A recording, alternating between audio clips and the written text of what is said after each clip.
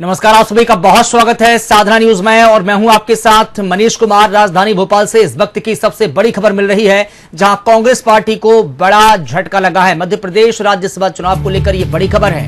कांग्रेस उम्मीदवार मीनाक्षी नटराजन का नामांकन रद्द हो गया है। रिटर्निंग अधिकारी ने उनका नामांकन रद्द कर दिया है। नामांकन फॉर्म में हैदराबाद की एक अदालत में लंबित आपराधिक मामले की जानकारी छिपाई गई थी, जिसके बाद में भारतीय जनता पार्टी ने विरोध जताया और अब उनका नामांकन रद्द कर दिया गया है।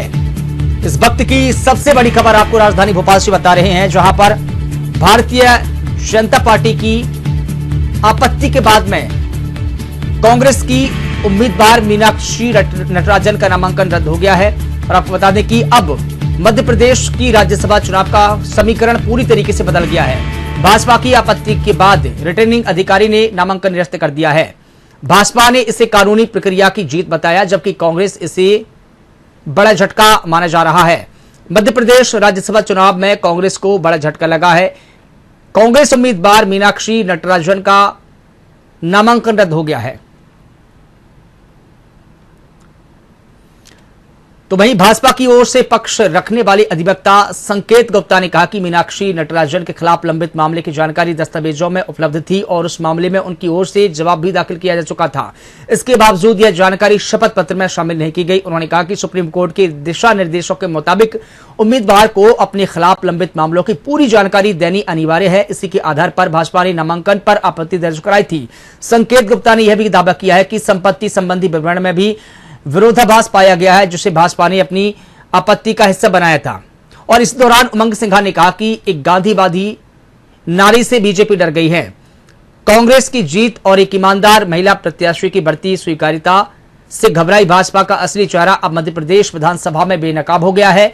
जब कांग्रेस की जीत स्पष्ट दिखाई दे रही थी, तब भाजपा हर प्रकार के साम दाम दंड भेद का सहारा लेकर चुनावी प्रक्रिया को प्रभावित करने का प्रयास कर रही है। ये तमाम बातें अब विपक्ष की ओर से भी कही जा रही है। भाजपा के गुंडों ने आज लोकतंत्र के मंदिर में राजनीतिक अखाड़ा बनाने की कोशिश की।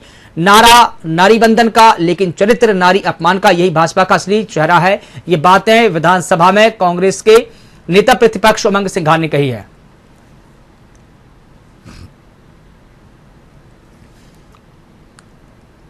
और इसके अलावा देखिए, उमंग सिंघा ने कहा कि मैं स्वयं विधानसभा पहुंच चुका हूं। अब देखते हैं कि भाजपा लोकतंत्र की इस लड़ाई को कितनी दूर तक गुंडागर्दी और दबाव की राजनीति के सहारे लड़ना चाहती है। कांग्रेस एकजुट है, लोकतांत्रिक मूल्यों के साथ मजबूती से खड़ी है। सत्य और संविधान तथा जनमत की ताकत से इस चुनाव में विजय प्राप्त करेगी। ये तमाम बातें उमंग सिंघार यानी नेता विपक्ष ने कही है। एक तरफ कांग्रेस की उम्मीदवार मीनाक्षी नटराजन का नामांकन रद्द हो गया है।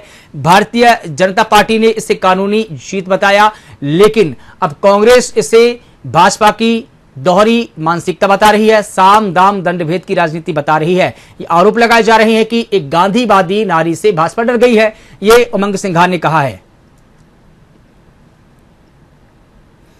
और इस पूरी खबर पर अधिक जानकारी दे रहे हैं हमारे साथ में हमारे channel head doctor Arun Saxena ji जुड़ गए हैं। सर, ये बड़ी खबर मध्य प्रदेश विधानसभा से निकलकर सामने आई कि कांग्रेस की उम्मीदवार मीनाक्षी नटराजन का जो नामांकन था वो रद्द हो गया है। लेकिन यहां पर दो बातें सामने आई हैं। एक तो भारतीय जनता पार्टी इसे कानूनी जीत बता रही है, लेकिन दूसरी ओर कांग्रेस ने इसे लोकतंत्र के विरुद्ध में हमला करार दिया है और कहा कि एक गांधीवादी नारी से भाजपा डर गई है। क्या कुछ कहेंगे आप? देखिए मनीष, निश्चित रूप से दोनों खेमे में अपनी अपनी जगह गए तो मायूसी का माहौल बन गया। तो वहीं भारतीय जनता पार्टी के लिए खुशी की बात हो गई है। क्योंकि वो तीनों सीट पर राज्यसभा की 2 सीटें तो भारतीय जनता पार्टी के खाते में आसानी से थी, लेकिन ये मीनाक्षी नटराजन का जो नामांकन रद्द हुआ, इससे अब तीनों खाते में जो है भाजपा के में चली गई है सीट और साथ ही निर्विरोध निर्वाचन यहाँ ये हो गया है।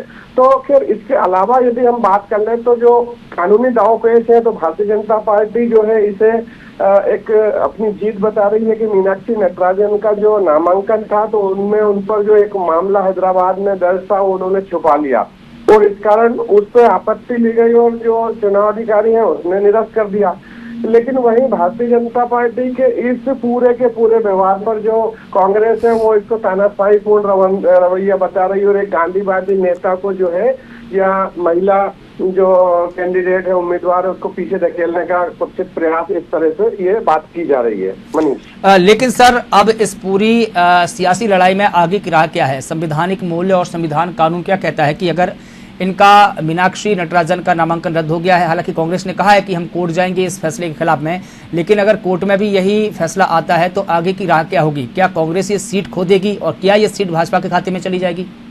देखिए मनीष, जो विधि के जानकार हैं और कम से कम आज आप जहां बैठ के प्रश्न कर रहे हैं और हम भी लंबे समय से इस तरह के जो मामले देखते चले आ रहे हैं या नामांकन की प्रक्रिया को हमने और आपने देखा है, तो ऐसे में जो नामांकन निरस्त हुआ है तो कानूनी रूप से तो ये सही माना जाएगा। क्यों? क्योंकि जो नियम है वो यही है कि यदि उम्मीदवार कुछ भी अपनी जानकारी देता है और यदि वो कोई चीज छुपाता है तो निश्चित रूप से ये उसके फेवर में नहीं जाती। और यहाँ कानूनी तौर पर देखा जाए तो ये सर्वसम्मत है कि वो जो है नामांकन सही या उचित रूप से निरस्त किया गया है। यदि ये कोर्ट भी जाते हैं तो वहाँ भी जो दस्तावेज देखे जाएंगे, गवाह सबूत होंगे, उसके बाद में वहाँ से भी यही स्थिति बनेगी।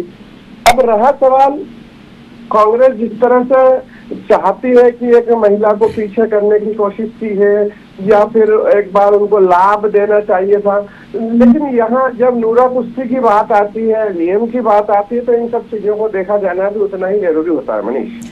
जी बिल्कुल, लेकिन यहाँ पॉइंट करने वाली बात यह है कि कांग्रेस ने कहा कि वहां सिर्फ मामला दर्ज नहीं था, जैसे कि हमने कांग्रेस के एक और राज्यसभा सांसद है, उनका हमने ट्वीट देखा, उन्होंने अभी फिलहाल ट्वीट किया है, उन्होंने कहा कि एफआईआर दर्ज नहीं हुई थी, सिर्फ कोर्ट का नोटिस मिला है और नोटिस मिलने को हम मामला आपराधिक मामला नहीं कह सकते।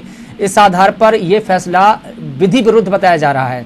तो क्या इस पर भी पॉइंट करने की बात थी? क्या इस पॉइंट को जो रिटर्निंग अधिकारी थे उन्होंने देखा होगा?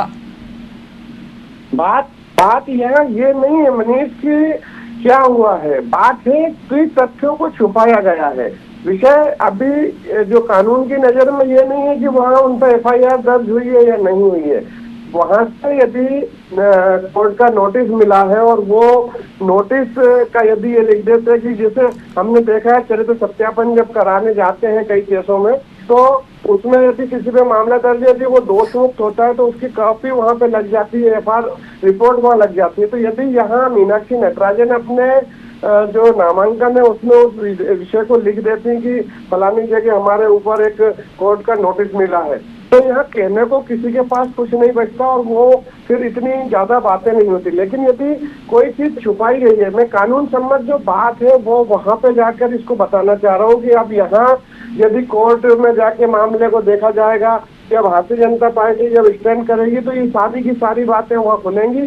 हालांकि अब यहाँ देखिए कि जो नेता प्रतिपक्ष है उन्होंने कहा है कि जो गांधीवादी नारी है उससे भारतीय जनता पार्टी डर गई है, और भी अन्य तरह के उन्होंने बताया है कि ये लोकतंत्र के मंदिर को राजनीतिक अखाड़ा बनाने की कोशिश की जा रही है। नारा जो दिया जा रहा है नारी वंदन का, लेकिन नारी का अपमान भी भारतीय जनता पार्टी करे। तो ये तमाम जो बातें हैं, जो आरोप है, वो कांग्रेस लगाएगी और लगाना भी चाहिए। लेकिन जो बातें हैं यदि नियम की करें तो वो जो भारतीय जनता पार्टी है वो स्टैंड करती हुई नजर आ रही है मनीष। जी बिल्कुल, तमाम जानकारी के लिए आपका बहुत शुक्रिया। तो आपको बता दें कि इसी बीच भारतीय जनता पार्टी के जो राज्यसभा प्रत्याशी हैं उनके अधिवक्ता संकेत गुप्ता ने बयान दिए हैं। आइए सीधा आपको सुनवाते हैं उन्होंने क्या कुछ कहा है।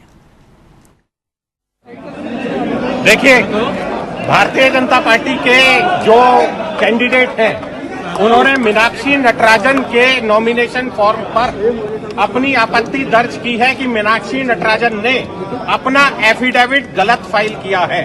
अपने एफिडेविट में जो उनके विरुद्ध में एक मुकदमा तेलंगाना के कोर्ट में लंबित है, ये मुकदमे की कॉपी आप देख सकते हैं, ये कॉपी उनको मिल गई है। उनके खिलाफ एक आपराधिक मुकदमा लंबित है जिसका जवाब उन्होंने दाखिल किया है, लेकिन उन्होंने अपने एफिडेविट में से ये मुकदमा छुपाया है। जो माननीय सुप्रीम कोर्ट की जो गाइडलाइंस है कि आपको अपने एफिडेविट में अपने खिलाफ आपराधिक मामलों की पूरी जानकारी देनी होगी, जिसको छुपाने पर आपका नॉमिनेशन फॉर्म रद्द हो सकता है। उसी प्रोविजन के तहत में हमारे सदस्यों ने, जो राज्यसभा के हमारे उम्मीदवार हैं, उन्होंने आपत्ति दर्ज की है कि क्यों जानबूझकर मीनाक्षी नटराजन जी ने अपने आपराधिक मुकदमे को जिसमें वो जवाब भी दे चुकी है, जानबूझकर छुपाया है। उसके अलावा भी नॉमिनेशन में बहुत सारी कमियां पाई गई हैं, जैसे उनके नाम में जो एसेट हैं, एक तरफ फॉर्म ए में जो नॉमिनेशन का पार्ट ए होता है उसमें वो अपने एसेट डिक्लेयर करती हैं, पर पार्ट बी में निरंक दिखाती हैं, जीरो दिखाती हैं। तो इसका मतलब साफ है वो कहीं ना कहीं एफिडेविट में अपने खिलाफ क्रिमिनल केसेस को कंसील कर रही हैं। वो पूरी तरीके से अपने इमूवेबल एसेट्स को कंसील कर रही हैं, जो कानून के तहत गलत है। और कानून के प्रावधान में भारतीय जनता पार्टी के राज्यसभा के उम्मीदवारों ने आपत्ति दर्ज की है। अब मामला रिटर्निंग ऑफिसर जी के पास है, हमने अपनी जजमेंट भी दी है, हमने अपना लिखित में आवेदन दिया है। अब वो फैसला इसका 5:30 बजे के बाद सुनाएंगे। नहीं, लेकिन धन्यवाद। एक सवाल है कांग्रेस का कि जो आपत्ति आपने दर्ज कराई है उसमें एफआईआर दर्ज नहीं हुई, ऐसा कांग्रेस के नेताओं का कहना था। देखिए, एफआईआर के साथ साथ अगर किसी क्रिमिनल केस में समन कोर्ट करता है, दो तरह से एफआईआर होती है, एक पुलिस करती है और एक कोर्ट आपराधिक मामला रजिस्टर करने के बाद आपको समन करता है। ये मुकदमा वो है जिसमें कोर्ट ने इन्हें समन किया है। तो आपराधिक मामले का समन अगर आपके पास आता है तो आपको उसकी डिक्लेरेशन देनी पड़ती है। और इसमें खाली ये कहकर नहीं बच सकती कि इनको इसकी जानकारी नहीं थी, क्योंकि इन्होंने अपना जवाब वहां पर सबमिट किया है। जो जवाब माननीय कैलाश जी ने अभी आपको दिखाया, ये प्रॉपर कोर्ट की कॉपी है जो हम आपको दिखा रहे हैं। इसमें उन्होंने जो एक्यूज नंबर 4 है वो मीनाक्षी नटराजन है। तो इसमें कोई भी बात गलत नहीं है। ये 2025 में 4471 72 मुकदमा संख्या 2025 की honourable additional chief judicial magistrate का कोर्ट हैदराबाद का है, जिसमें मुकदमा लंबित है। और ये जानकारी छुपाना पूरी तरीके से कानून में गलत है और इस पर उनका नॉमिनेशन फॉर्म रिजेक्ट होना चाहिए। ये आपत्ति हमारे राज्यसभा के उम्मीदवारों ने दर्ज की है। वकील साहब, आप कानून के जानकार हैं क्या? साइकोलॉजिकल वॉर कर रहे हैं बीजेपी के नेता।